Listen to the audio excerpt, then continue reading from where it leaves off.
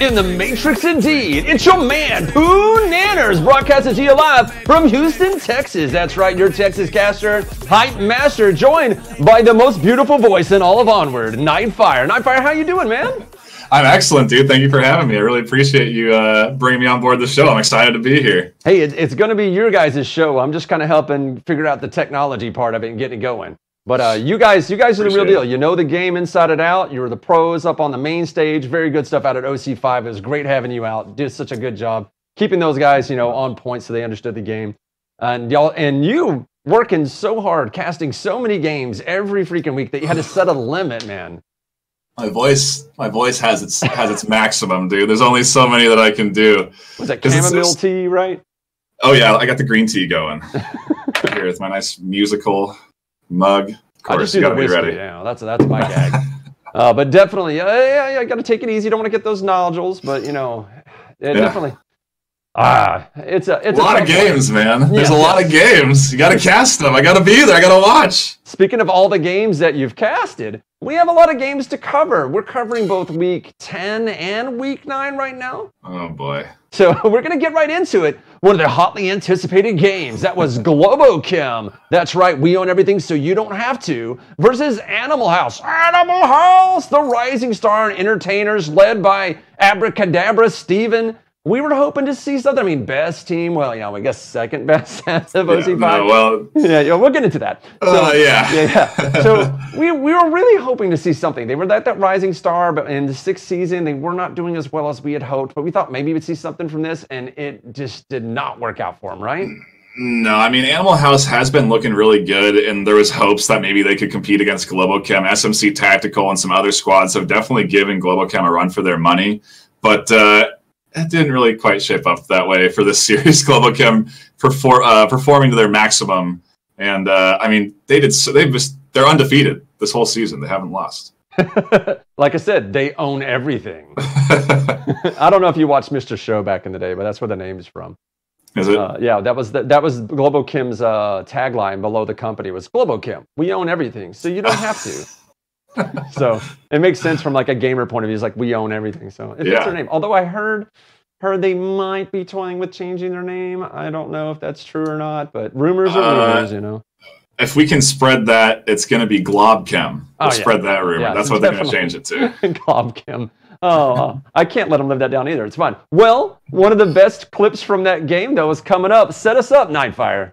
I mean, dude, this is unreal. I've never seen anything like this, and I don't know if it was on purpose. But this nade, dude, you don't see it right here, and then you look up, and it's like, he made it inside that hole. He threw that nade into the second story. That's unbelievable. Well, for so many different reasons, right? It's so hard. I mean, okay, first of all, it's coming out of the window. So to be able to throw that with your actual arm and get the right angle to go out of that window, it's so awkward. And then to throw it, it's the odds of it happening. Yes. So one, it's already a tough shot from a tough position. But two, you're doing it in VR where throwing is already garbage. Dude, I like to think it's on purpose because these guys are sitting around practicing nades for hundreds of hours. So I think he tried to throw that nade and get that back corner spot. It's a genius nade because there will be guys that camp there. He wants to make sure he can clear out the 2-story and push forward to get on the objective. It was wild to see. I would just hope in that old school way that whenever he goes to make that shot, that he's like backing off, like as he's backing off, and he's also shouting the name of like his favorite like basketball stars, like Kobe. That'd be good stuff. Well, it did not work out for him, right? They got completely destroyed. I mean, they didn't take a single point away from Globochem. So, we're moving on. G-Man versus Boss Fight. That was a much closer matchup between the two teams. If it wasn't for quarantine going so one-sided, Boss Fight, it would have been insanely close overall, right? I mean, this was such an intense matchup to see. Like, we had such standout players in this series. It's guys that were pulling off insane 1v3s, huge 1v, like just big plays. And it was I love when we see that in these matches. It's so exciting to see these individual players stepping up and really like excelling at the game's mechanics. Oh yeah. That's what's the best thing about watching pro play, and best thing about watching esports in general is watching people do stuff that, even when you think you're really good at the game, you watch and you're like, I didn't know you could do that. I mean, that's one of the favorite things about watching even like Rocket League. You're like, wait, you can stay in the air and juggle the ball for that far and then dunk it? What? Yeah, it's entertainment. Uncanny sometimes. And like to see some of these plays, the snapshots, the interesting maneuvers, it's fun. And we got them out of that G-Men boss fight match. I think we got it out of this whole season. This whole season has been so spectacular. Well, we the got last a couple 2 of good weeks. clips, right? We got a couple of good clips. Set us up right here. Yeah, I mean, this is one of those standout plays. Biggie Smalls here, tucked into this corner, defending the objective. Boss fight is crashing in with 4 alive, and Biggie just finds all of these picks, grabs 2 that are pushing onto objective, and then as he's suppressed, he finds another pick. And I mean, he basically saves this round right here, because otherwise boss fight is on objective with all the men alive. Like that right there, if Biggie Smalls gets killed, they're capping. That's 2 points for boss fight. They're in the lead 3-2. Yeah, it's like the only guy watching it, because that's what they got there. So it's a good thing they ended up taking it down, though, right? And then moving on to the next clip we have. Yeah, this is another very solid play from the man. A really long and dangerous rotation, and it's just this stuff's so exciting. He picks off the first guy, and then it's just this savvy play to check all your angles, try and analyze where you think that last member is. You're trying to put all the pieces together in your head. Where did you hear that last shot go off? Where did he rotate off of that last shot? What do you have to be ready for? And I mean, in a situation where it's 2v, where you're down a point too, and you're on Volk, you want to take these Volk rounds. You don't want to give up your Marsoc rounds. And it's for the map. I mean, the pressure is on here, to see the man ultimately. This rotation it's just wild. There you go. The plays out of him are so fun to watch. And sometimes these Biggie Smalls and the man in particular on that squad it happens all the time. These standout clips no matter what. The thing that gets me the most about the man is that when you meet him, you're like, wait a minute. You look at him, you look at the G-Man logo, and you're like, is that you? Yeah, maybe there was some motivation behind our logo there. I'm not sure, but I'm also, I guess I'm on the G-Men squad. We played I played on at the Leicester Invitational for our squad to get up to OC5. I didn't do too well, but sometimes you got to swim with the big boys to feel good, though. Man. Yeah, very true. They don't let me do that anymore. Too mouthy. I get my rare opportunity. I still got it though. It's like riding a bike. Oh, maybe a little bit. Well, so in that particular, like we said, it was just bizarre, I think, where they got shut out. But the other 2 games ended up being very close, or at least pretty good. Right? Yeah. I mean, I'm talking about previous, where it was G-Man versus boss fight.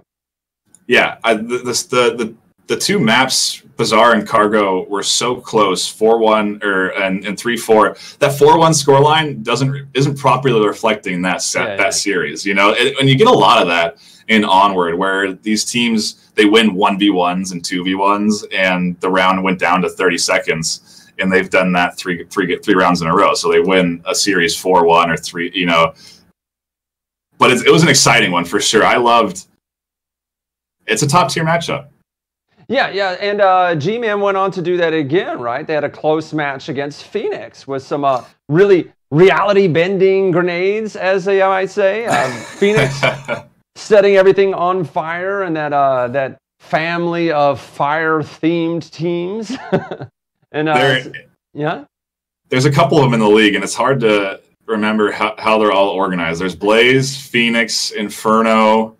I think there's one other. Burning Chrome? Yeah, Burning Chrome. Yeah, that's true. Yeah, there's a lot of fire-based teams that you have to pay attention to. Phoenix is one of them too. They're a new and upcoming squad that's, I think, came in from season 5 or season 6. There should be a team called the Fireflies. That'd be great. There should be. There'll be a nice sci-fi and set pull there, but. All right. Well, we got some clips from them as well, so let's set it up. Oh yeah. I mean. Is this the nade from Malcriado? It is, dude. These long nades are something that we've started to see more and more in the league, and players are starting to realize that these frags are can really be utilized to like a whole nother level. Some recent changes in the newest patch have allowed frags to instant kill people. So if you can throw a grenade right onto the correct spot or airburst it right onto a head, you can instantly down a player. That never used to be a thing. And so I think teams are adjusting to that. And on top of that, we've also had an additional point added to the loadout, so players have a little more utility available to them. So there's these nades are frequent. You're going to see a lot of nade clips because they're hard to do, number one. And then number two, they're just fun to see someone chuck a nade from across the map in real life and actually land a kill. Well, here's another one then. Yeah, absolutely. I mean, Swooty getting the down, but then, I mean, these frags, dude, it's Frag shocking. life, baby. Yeah, dude, the frags and the smokes, they're very on point. People starting to figure out that aiming mechanic. Airburst is definitely also the way to go. Here comes another one they got where Swooty goes on a rampage, right, and ends it with another crazy nade. Dude, he almost took. I think he took out 4 or 5 here. What he had done here is pushed up very aggressively early on. Notice the time's only like still 4 minutes and 20 seconds left, and he got his first frag I think at 5 minutes. So that's only round's been going for a minute. These guys have barely pushed up, and he gets that first pick, and then is able to stay over there, get the reload, find another frag in the middle, toss another nade into the center, and pick up I think he got 4 frags on this side alone, and it was. I mean, look at the 3-3. It was for the map. G-Men were barely scraping by in this series against Phoenix, but I mean, on Suburbia they were able to overcome him. And then even Rushers here. I mean, this just goes to show you how close the matchup is. I almost thought Rushers was going to start to come back. Yeah, and then we got another one. This is the last clip from this round where there's a double team kill. Oh, yeah, dude. These are so hard. Look at that. What? They're so hard to watch. It was chaos because Phoenix had thought that G-Men, where there was more than 2 G-Men alive. And so when you start to doubt where your friendlies are, you think those are the enemies, and so you end up starting to throw frags out into where a friendly's been sitting the whole round, but he's just been tucked into the corner. And so it's unfortunate team kills where when the pressure's on and the time starts to kind of crunch down. But I like that mechanic that you can team kill a guys. Like, you're trying to pre-fire and you pre-fire around a corner that someone's there. And you want to have communication, but the other players can hear you too, so they'll hear you. Yeah. You give away your position. It makes things tense. And the tension is the thing that draws you into Onward. It's like the first time you have your immersive experience where you are tense and things are freaking out, and you actually realize your legs shaking a little bit, but you actually barely survive, or you have a moment where you're down, but your buddy has a chance just to save you so you can keep going. That's what keeps you coming back. I mean, you'll see like the celebration out of these guys, and it's so aggressive because like your adrenaline is pumping so hard when you come out of these moments. Yeah, you just like have to scream. You have to release it. There's so much tension built up. It's sweaty too, believe me. Yeah. Well, the best VR esports are very sweaty games. Yeah. It's and the games where people have figured out, and that sort of Nintendo Wii version where they don't have to move as much in order to get what they need. Or don't have to exert as much effort. As like those are shortly lived. The games where people are like dying, especially the games where you have to work so hard and dump so much adrenaline to win that you're literally screaming when you get just one score. Like that's the game. That's the game. Yeah. That's what keeps you coming back. That's what I always say about Echo Arena. I was like, Echo Arena is really fun, playing around, flying, and stuff like that. But the first time you have to get a goal and actually fight for it, that's when you're hooked. Dude, it's that first kill at Onward, it's that first cap.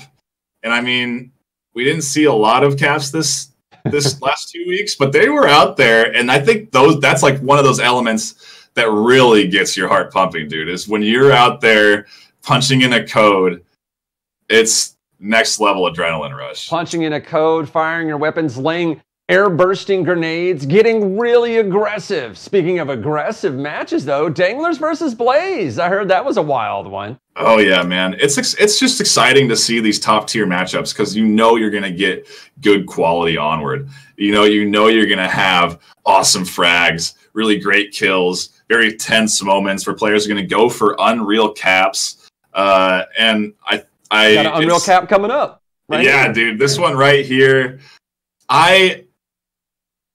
it's just this spot here has produced some unbelievable clips because it's so volatile. Polinas here pushing up, finds Prefontaine in the corner, and then he's tucked behind the wall. He finds the perfect pick, and it's almost a little bit of a lack of. And he knew he was there. I mean, that's the best thing about you guys that play this game a lot. You know where they're going to be, and he knew that was the primary dude that was guarding the uplink. So he said, "Oh, well, I'm just going to pick him off, and then I'll have freedom all day long."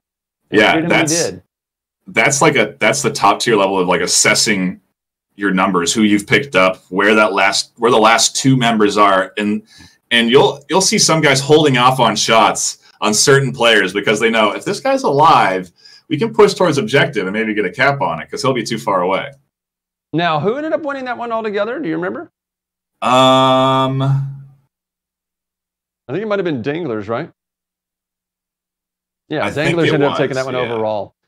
Yeah, and so it was a close match. It was very fun to watch. People doing crazy stuff. And, you talked about you don't get a lot of caps, but we actually got a crazy cap in that one. Using that player knowledge, knew where the player was going to be and just kind of got his aim around that corner, put him down, and then got that tiny space where he could get that uplink. So, and kind of came down to Blaze not actually taking that match away from Danglers. That was they didn't take the map away from him. Yeah. Well, they didn't take Tanker anyway. I mean, one of the favorite things about capping in particular is how reliant it is on the VR mechanic because when your adrenaline's moving, your hand starts to shake. Yeah, when you're trying to punch that code in, you're trembling. And when you see some of these guys punching codes, they'll do it in like 6 seconds. They're punching in a 7-digit code under pressure, under fire sometimes. No man's pushing him right there. They've probably done it 1,000 times at this point. It's a lot of practice that goes into it, and it's cool to see fast caps like that too. Drill, baby, drill. So Buxton, who wrote this entire episode for us, let us know that he actually hurt for him to write this announcement for us, which is probably why there's no clips. But he said Silent Purge versus the French Armored Union was an enormous upset. At the time, the number 6 team in the world, Silent Purge, loses to a team that's below the top 20. I guess they didn't come to win. I don't know what happened. He said it was a clean victory on the first map for Silent Purge, but the newest member of the French Armored Union just shreds them, carrying the entire team on the following 2 maps. So who's this new star player on the French Armored Union? I don't think I caught that series. So I don't even know who this person is that Buxton's talking about, but I know why he's upset because he's on Silent Purge. Yeah, of course. But he wasn't just upset because he's on Silent Purge. He's upset because he's on Silent Purge, and it was a game that they were going to win, and then they got spanked like hard. Like you see, Quarantine 1, they were fine, right? But then Bizarre 1-4 and Downfall 1-4, and he said, according to his synopsis, it was one guy doing all the work on the other team, destroying them. So I'm like, who was it? I'm looking at their roster, and a new guy. It could have been either one of two, Toxics or Kappa. One of the two people on this roster are relatively new to French Armored Union, and that's scary, dude. Because we were seeing some earlier clips where Big E's carrying a team and the man's carrying his win, and it can happen. But for one player to do it for 2 maps, and they dominated, they won 4-1 on both maps. Mm-hmm. So for one person to be able to do that, it's really impressive, and it's just like, man, the new talent is very good. To be on the receiving end of that. Yeah, 100%. So poor 100%. Buxton, but hopefully his guys will learn from that. It could have been, and this is a common thing we hear about from other esports teams, is that when you go in underestimating a team, this is the kind of thing that can happen to you. So it could be that it wasn't so much they were outgunned, but that they went in expecting to win, and then that's what got them. That mentality can really get you crushed. I saw it happen way too much in the Eck Arena matches too, and there's one team that learned not to think that way, and it was Eclipse, and that's because in the first season, they had an actual pro esports guy from Overwatch on their team. So he kept explaining to him the mentality and the mistakes or whatever, because they had they're like super expensive coaching and people who tell them, years of experience of what to do. So they've kind of, after he couldn't make it the second season because he was playing Overwatch, and then, the second season was sprung on him, but he was able to keep them going, and they put it on their new team member to try to keep them mentally focused. That's really valuable experience. I mean, especially when you talk about these teams like SMC Tactical, who have been out on the scene for a long time, to have that on-stage experience. It's a big asset. Mm-hmm. Yeah, and speaking of SMT Tactical, right? That's the next match we're going to cover, them against Mob Squad. We have one clip from that we'll get into. It was an expectedly close match, though a very controversial one, right? It said as a member of Mob Squad uses a newly banned spot on Quarantine that allows me to get 2 kills. Yeah. There's a banned spot on Quarantine. I'm not aware of this. Yeah, so in Onward, there's a couple of interesting spots that you can maneuver your character into that ultimately affect the kinematics of the character. And so it provides you a bit of an unfair advantage, like your body might be moving or jostling around a little bit according to another person. And so this is one of these new spots. In the most recent patch, they banned it because they realized people's characters were moving around, and I don't think some bullets were registering and going into that little hole there up in that second story. And so I just don't think Smithy had read his notes. You know, you got to read your patch notes every day. Every time they come out, you got to read them. I don't think he had read his notes, and it really did get Mob Squad the map win, and so people were clamoring, chaos, but it didn't matter. They lost that map anyway, so, you know, you have these spots. So if it could have been trouble for sure, you know, but I don't think it was anyone just particularly trying to... Patch a kill volume in there, guys. That's all you got to do. Come on down, Porter. Let's do this. So, yeah, that didn't work out too well, I think, for the other team, right? Mob Squad was able to get what they needed from that one. Yeah, they got what they needed from that round, but that map they lost. No, just from that round, they lost that map 4-2. Oh yeah, so they did, yeah. So that spot, that's what I mean. That spot didn't have any effect on the ultimate outcome of the game. SMC Tactical still won, but yeah, it caused a little hubbub. Well, SMC Tactical, they had a back-to-back match. So they had to go up against G-Men right after that, and they were able to squeak out a very close win as well with a cap on Suburbia. The burning building objective, right? They had an insane schedule this week. They had, I think, 3 or 4 matches. I think they had 2 matches back-to-back and then another one the next day. It's just like they were really pushing themselves to try and get that MMR because we're coming up on the end of the season. You see these teams out here. They were doing that before OC5 too, right? Trying to get that MMR up. But they also said trying to get that practice up because they really wanted a good showing for OC5. Yeah, and I also was saying earlier at the end of that huge, long, I think it was like a 4.5-hour session of them playing Onward, that it's good practice because it gets them ready for these events where you're playing all sorts of, you're playing a ton of games in a row. You're pouring sweat. It's good conditioning. You have to be conditioned. You have to train yourself for these events. Legit training, man. I wonder when people are going to start training with like weights on so they can throw them off for after matches. Dude, maybe we need a weighted mag tube so that we can really start to work ourselves and get our muscles going, dude. Figure some kind of like, weighted thing just so that whenever you're squatting, like your knees are under this extra pressure because you're always having to get on the ground. And then when you actually play without the weight, you're like, oh, it's actually easy. I've got more squat strength. But it's, it's that old Dragon Ball Z thing. But I legit saw a player do that I Am Oakland for Unspoken.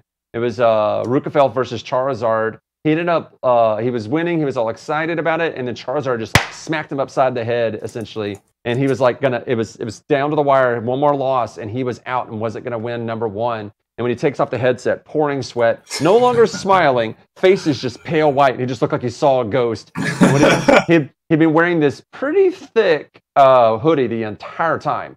Pulls it off and throws it on the ground. And I was like, oh, I was like, all we need is like the little like smashing the ground effect. He's like, take the weighted armor off. Yeah, right. He pulled out the win. That was the last time he came in first place in anything. But shout out to Rukafeld. I love you, man. So moving on, Blaze went up against Lemon Squad, right? They had a really close Button Cup match with Lemons losing through though winning on points by 2, right? Total. We'll talk a little bit more about the Button Cup matchups, but it's been a lot of hype behind these things, man. People are really excited to see how the NA faces off against the EU. That's the whole theme of the Button Cup. Yeah. NA versus EU, and so it's just there's a lot of hype behind it, and this was one of the matches. We'll get to a conclusion in this episode. Talk about some more of those matches as well as the season. We're going to get through all. So that was just one of those little updates, though. That it was Lemon Squad was the ones that lost. They lost total, but wait, what did I say? Yeah. But Blaze apparently was crushed on Downfall. But they barely edged out the first 2 maps, so it's just, it's a close series. Blaze wins it, but just barely.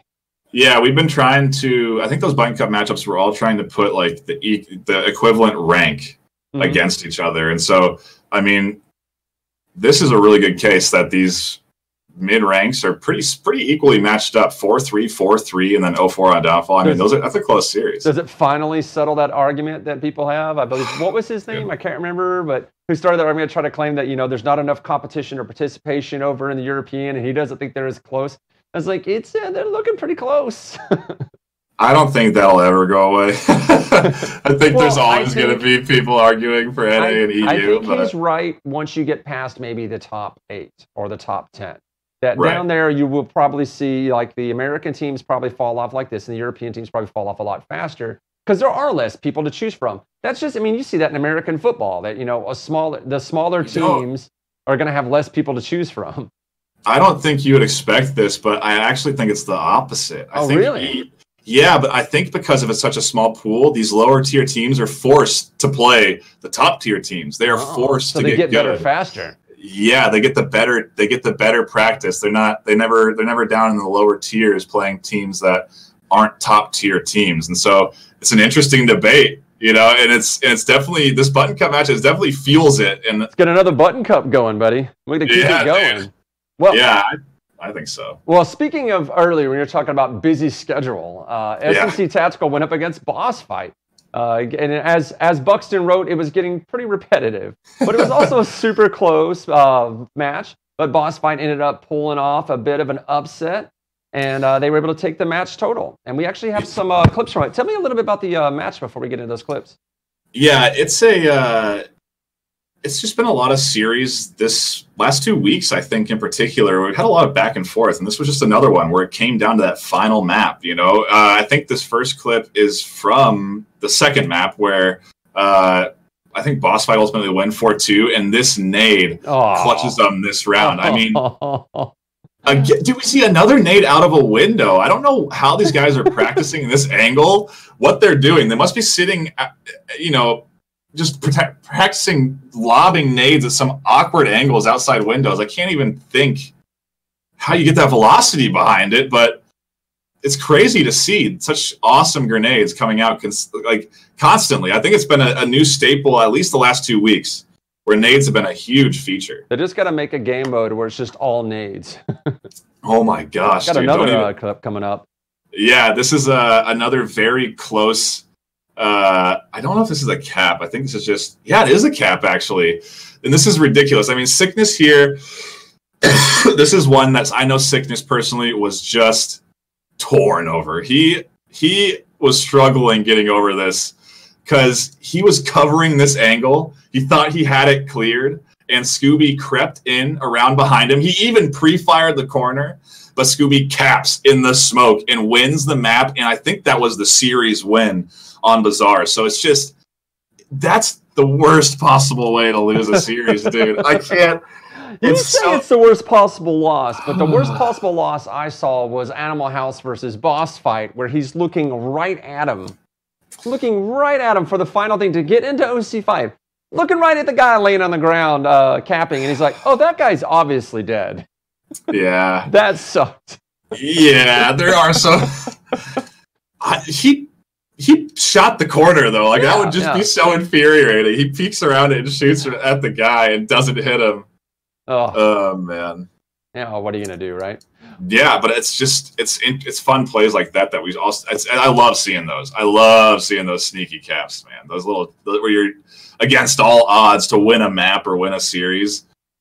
So the pressure. So Buxton had to write some more sad news when his match with Legionnaires versus Silent Purge. It was a expectedly close match with Legionnaires, making a huge MMR leap forward in the top 6 spot. And Silent Purge couldn't pull off what they needed to get on the first 2 maps. So they just managed to at least put themselves on the board for the third. But, getting yourself on the board makes you feel a little better, but it isn't going to get you the win. What's really odd here is there, again, no clips. I can't. Yeah, is it too hard? Was it too hard? At the same time, what I think a lot of cast too. True. But a lot of what Buxton does is he goes to the clips that our audience actually puts on the people's channels. and he goes and filters the ones that are good. So if people aren't clipping stuff out, he doesn't really have a lot to work with. It's true. So you guys keep those clips coming. Make sure you watch your streamers. Please. And if you see a good moment that you think should make it the show, clip it out and then tweet us about it. And especially tweet Buxton, and it'll make it into the show 9 times out of 10. I started this thing out saying, all right, no more than like 8 clips. And then like the last episode was 16, and this episode, no, last episode was 14. This episode is 18. So it just keeps going up. So just like, hey, whatever it takes, whatever it takes. Yeah, the hype is real. Yeah, people love Onward. Onward's fun to watch, fun to play, and clips make it very digestible, especially when you get the word in from our commentators like Nightfire and Buxton and Sleepy, and eventually probably even get Radar in here, assuming I can wake up early in the morning to do this. Early. And we have a bunch of new guys that you're teaching how to stream, so we're going to start pulling them in as well, get kind of a really good rotation going. So we had the Legionnaires versus the Stone Cold Killers, and this was also a surprisingly one-sided match. Why was it surprisingly one-sided, Nightfire? Well, I mean, a lot of times the rankings don't lie. If you have a close ranked matchup, you're going to expect a battle. You're not going to expect the team to roll over at that team. And I think these guys were separated by 1 point in rank when the match went out. I think it was like 10 and 11 or something like that. And Legionnaires just came out and dominated. It's their new member, Raider. He's got some sort of magical mojo in his system or something. I don't know what it is in there, but he is... Hacks. Yeah. It's something, but it's... I think this clip that we have is of Raider, too, if I'm not mistaken. The new member, and dude, this cap, I think, trumps all caps. Because what happens here is Seth kills the guy on the corner. Raider creeps in through like the smoke. Ninja. And Seth doesn't even see him. He's literally looking out in front of him. He's standing like on the smoke grenade, isn't he? Yeah, he's standing on the smoke grenade. And then as soon as it goes away, Seth goes, "How the heck did he get there?" And he's screaming in his mic. He's so upset. It was delicious. Man. I love stuff like that, though. That's always fun to watch. Dude, that takes so much guts to do, dude. You have to have the confidence to go, I'm going to go pad out where there's guys.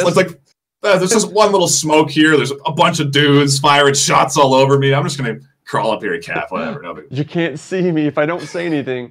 Oh, man. Speaking of a match you shouldn't have seen, Mob Squad versus Globchem. That's their new name. We've decided already if you're watching in the beginning.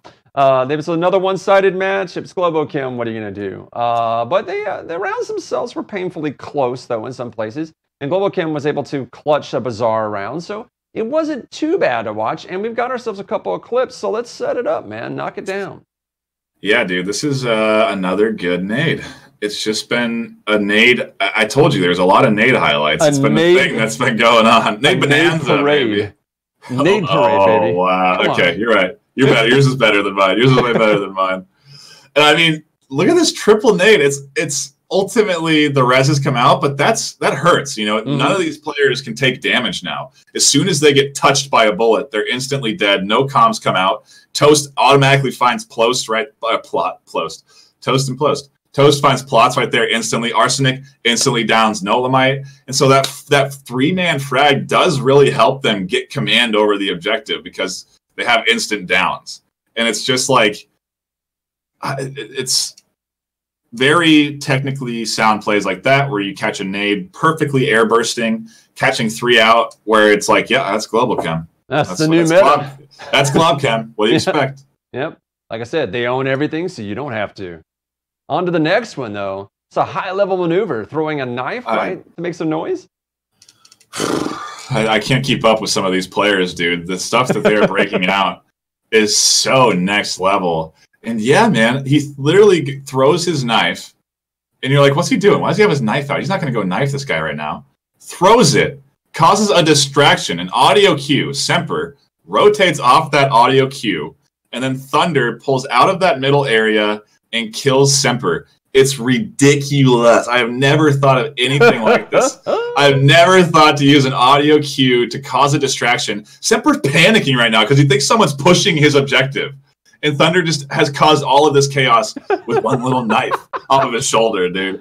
And he comes out and he wins the trade. Semper's doubting. Maybe there's a guy to my left. Thunder peeks out and he gets the kill. It's just like, wow, dude, that's the good stuff, man. I love that. I love stuff. when people find inventive new ways to use stuff, and I feel like VR gives us more tools to be more inventive of what we're doing. Like, when people were trying to use iPads to like bait shots, and like no one falls for it anymore, it seems. But like one of my favorite moves I saw was is it a CS:GO tournament that it got clipped and thrown all over the internet. And I don't remember what was going on, but I know it was down to a 1v1. The rookie player on one team was like for the World Finals, like it was like for all the money. And they had to win this match. And the rookie player on the team was all that was left alive. So everybody was like, all right, well, they've lost. Everybody had counted him out. And he didn't have anything he needed to get this engagement. And they're like on either side of like these crates, right? And so what the player does is he tosses out his pistol, just throws it up in the air. Yeah. And the dude like, oh, flash, and looks down and he comes around and just puts him down. I was like, oh, you sweet son of a bitch. That's the good stuff, man. I love it. Dude. I wouldn't be surprised if Global Chem got inspiration from these. It's like they're a top tier team, dude. They're going to be pulling insane strats. Creative. Yeah. But speaking of the match to watch, the rematch of the century, right? No, the rematch, right? Because they played initially in the Invitation, right? Then they played at OC5, and now they got to play again. This time online, not an offline match. But we all wanted to see it again. Want to see them step up their game, and boy, do we have a treat for you. So we have not one, not three, but 5 clips that Buxton has put together for this match for our Nightfire here to lovingly play call out for us and let us know what happened in these beautiful highlights. And then to top it all off at the very end, Buxton did an interview with our winners. Spoiler alert, Global Chem. It was a very important. This is the Button Cup match, right? Spoiler, This is what we wanted to see, right? We wanted to see. It was super close. It was exciting. We wanted to see that rematch. We wanted to see an upset. Want to see it shift over, and it was everything you could have wanted in a match, right? Nightfire, you were there. Tell me about it. Oh, it was so fantastic. It was a super hype series. Button Cup at the time, I think, was 5-4, the advantage of America. So there was pressure on in the matchup. They needed to EU needed to at least tie up. And I mean, beginners were ultimately defending their title here, and I was expecting at least some 4-3s, or some tighter series, but we didn't really get that. What we did get was some very close rounds, but ultimately it was Global Chem who's just somehow found ways to pull out ahead. And beginners, just for everyone's information, beginners were the home team. They won the pistol duel. They got to be home. So they had home field advantage, and it didn't swing their way. Speaking of swinging their way, let's take a look at the first clip. This is such a fantastic nade. This is where they almost started to mount their comeback. Kensai throws this out and catches 4 from Global Chem. I don't think I've ever seen a quad frag. I've never seen a full team frag. And they almost got it there. But that was a 4-man frag. And after that, they started to come back. I was like, okay, now we're going to get ourselves a series. Beginners grabbed themselves another round, and then we rolled into this final, what ultimately was the final round, with Raph pushing with his shield and knife out and gets a knife kill, dude. It's like, the reason he went in there for that knife kill is because he wanted to capture this house stealthily. He wanted to grab this whole house under stealth, and then they could push down on objective. Obviously, Arsenic. Arsenic always comes in kind of loud. Yeah, he's a late show, and then Arsenic actually gets that pick. And then on this on the Suburbia, more nades. Yeah, man, they keep coming. Global Chem is a beast with them, and it's like artillery raining down from the heavens as 4 get picked up. 1 instantly killed. That was one of our, I think, the second insta kill we've had in league play. And then I think ultimately they rezzed 4, but like we were saying, that hurts your team. You have to then, you don't have the heals available to your squad, and so it's just a struggle to mount an offensive after this, because as soon as you get tagged, you're done for good. No comms. And speaking of hurting your team, a little bit of self-harm in this gag from Pants. Dude, I don't think it happens very often, but something happened here with Pants. I think I think he reset his settings because he was having some bugs, and so he came back in, and I think he had the knife on instant knife instead of push to knife. And so he goes to grab his radio, and instead grabs his knife and instantly kills himself. And so he goes down, and Global Chem, I think they still won this round. I think they did go 4-0 on Suburbia. So ultimately didn't really hurt him. But well, he was able to come back in this final clip we have on Downfall. Yeah, he was. This was unreal. Something happened here with this gun. He missed some shots earlier. He's trying to one-hand the rifle, and he somehow finds Killinger. And right here he goes, what the heck happened right there, Killinger? I don't know what happened. You were shooting me. I wasn't shooting you. And then he finishes him off. Yeah, man. Well, you got to do what it takes. This is another thing that happens in VR, and it's a common conversation that I have with your high-level players whenever they complain about things not working or having problems or bugs. And I was like, the guys who are going to be the winners are the ones that know that it comes down to this. There's no resets. You just push through and get it done. You deal with the bug. You got to kill them one-handed, kill them one-handed. You lost a sensor, face the other ones. Do what it takes in order to get the win. And as I mentioned earlier, Buxton knocked out an interview for us. So, guys, you played really well during that last match against Beginners. I got to say, it felt like you guys were just constricting them. There was no rest for them that entire match, except for a little bit on Downfall. Yeah, you gotta you gotta keep the pressure up on them. If you let up a little bit, they'll just pick you off one by one. So we just, we stuck together as a team, worked together, keep the pressure up, and that's when they start panicking and doing weird stuff. Yeah, when we lose a match like that at OC5, we do not take that sitting down, and we learn from our mistakes, and we just don't let that sit. So yeah, because on OC5 they had some crazy pre-fire angles that we just never encountered before that took us by surprise, and so we were ready for that this time.